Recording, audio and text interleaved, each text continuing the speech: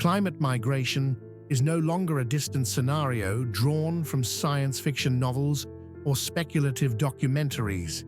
It is unfolding right now, shaping the decisions of governments, disrupting global markets, and transforming the lives of millions.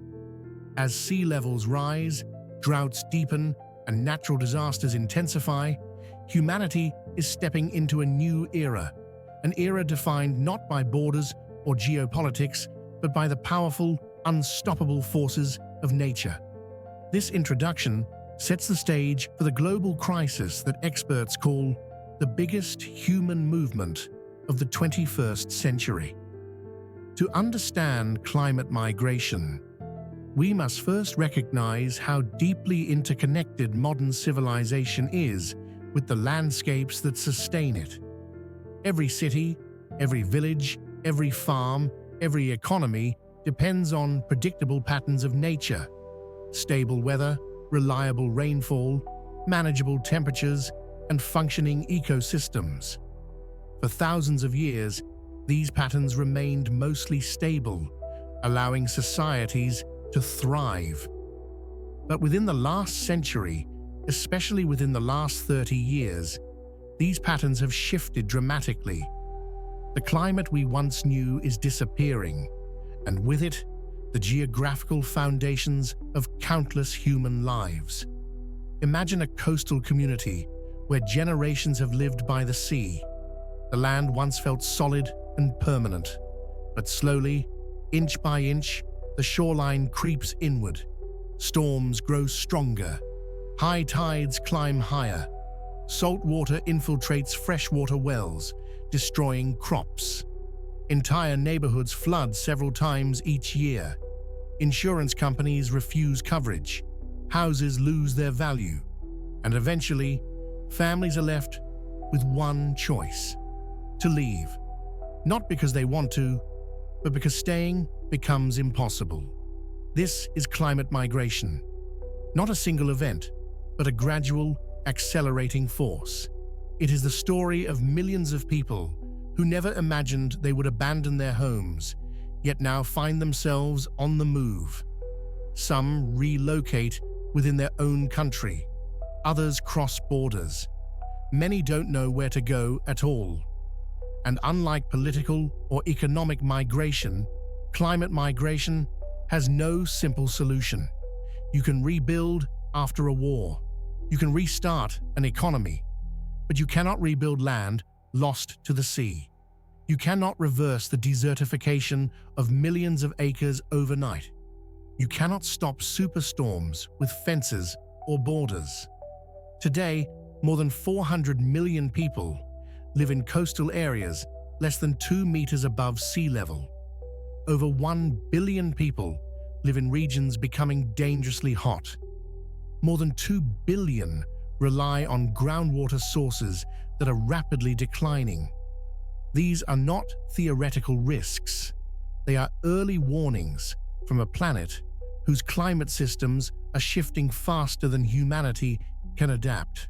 Scientific predictions estimate that by 2050, climate migration could displace 215 to 500 million people.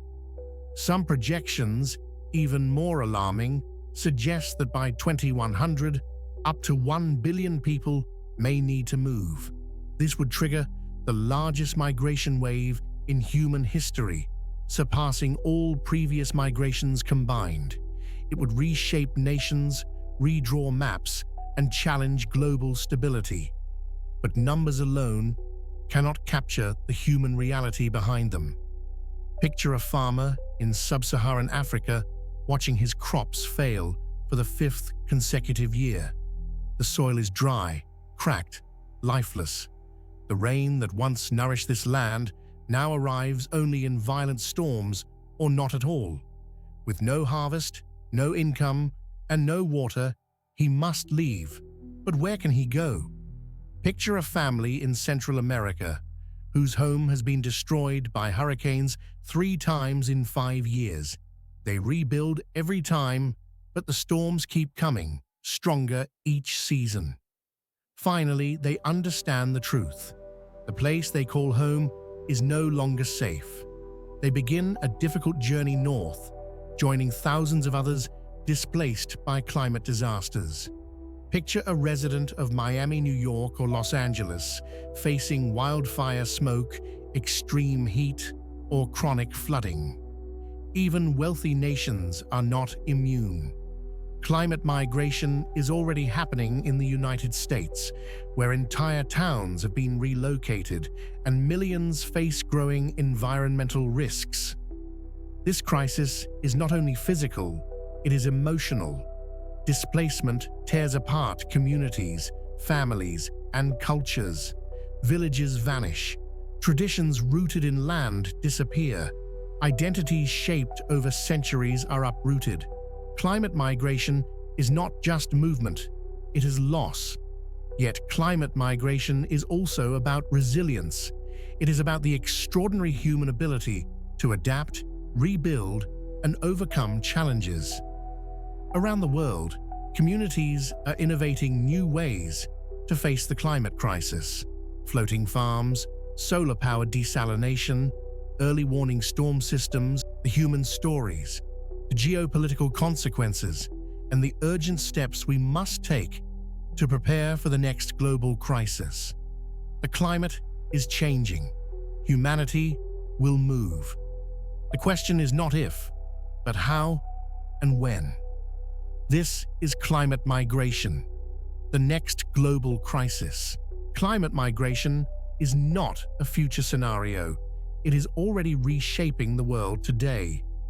Across every continent, from Asia to North America, millions of people are experiencing the early waves of a planetary crisis. In this section, we explore the regions where climate migration is happening right now, revealing powerful stories of displacement and the scientific forces driving them. These are not isolated events. They are interconnected symptoms of a rapidly changing Earth. Let us begin with South Asia, one of the most vulnerable regions on the planet. Here, climate migration is not counted in thousands, but in tens of millions. Bangladesh, a country built on river deltas and fertile lowlands, faces a threat like no other. The rising sea level is swallowing land at a pace impossible to ignore. Every year, powerful cyclones strike the coastline, pushing saltwater deep into agricultural fields. The freshwater systems that once sustained entire communities now taste like the ocean. Farmers who relied on rice cultivation for generations wake up to dead fields and poisoned soil. Their homes flood multiple times a year. Many rebuild. Some rebuild again. But eventually, the water wins. Families pack whatever belongings remain dry and travel inland, joining an ever-growing wave of internally displaced people. Cities like Dhaka are overwhelmed. More than 2,000 people arrive in the capital every single day, many due to climate impacts. They settle in crowded slums, often working dangerous jobs for low wages. The climate crisis is not only a natural disaster, it's a socio-economic one. It pushes the poor into deeper poverty, forcing impossible choices. India and Pakistan face a different but equally devastating form of climate migration: extreme heat. Over the last decade, record-breaking heat waves have become a new normal. Some regions reach temperatures that the human body simply cannot survive. Scientists call this threshold the wet bulb limit. At wet bulb temperatures above 35 degrees Celsius, combined with high humidity, the body loses its ability to cool down, even in the shade. Multiple regions in South Asia have crossed this deadly line. Workers faint in the fields. Children cannot walk to school. Entire villages shut down during the day. When heat becomes unlivable, migration becomes the only option. Moving west, we reach sub-Saharan Africa, where drought is reshaping ancient landscapes and ways of life. The Sahel region, a vast belt stretching across the continent, is drying out at an alarming speed. Once fertile soil now cracks like old paint. Rivers that sustained pastoral communities shrink to thin streams. Livestock die, crops fail. Families who lived in harmony with the land must walk for days just to find water. Conflict emerges as pastoralists and farmers compete for shrinking resources. In Nigeria, Mali, and Chad, climate change acts as a multiplier, intensifying existing tensions. People migrate not only to survive the environment, but to escape the conflict that the environment fuels. For many Africans, migration northward becomes the path of desperation. Thousands journey to North Africa, hoping to reach Europe. But the way is dangerous. Many never complete the trip. Climate migration becomes a humanitarian crisis long before migrants reach international borders. Turning our gaze to Oceania, we find entire nations at risk of disappearing. The Pacific Islands, Tuvalu, Kiribati, the Marshall Islands, stand only a few meters above sea level. Rising oceans threaten their existence, not in 100 years, not in 50, but now. Villages that stood for centuries are now underwater. Coral reefs, once natural barriers that protected the islands, collapse under heat-driven bleaching. King tides wash directly into living rooms. In some communities, residents can only reach their homes by walking through water. Governments here are preparing migration with dignity programs, plans to relocate entire populations to Australia, New Zealand, or Fiji. Climate migration is literally a matter of national survival.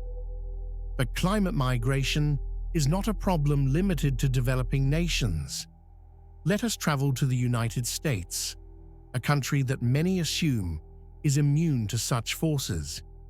Yet America is experiencing one of the fastest growing climate migration patterns in the world. In Louisiana, entire communities along the coast are abandoning their homes as the land sinks and the sea rises. One community, Ile de Jean Charles, became the first federally funded climate relocation program in U.S. history. Its residents are known as America's first climate refugees, but they will not be the last. Along the West Coast, wildfires have destroyed entire towns. Paradise, California, burned to the ground in 2018. Thousands were forced to relocate. Many never returned. Across the Southwest, extreme drought drains reservoirs like Lake Mead.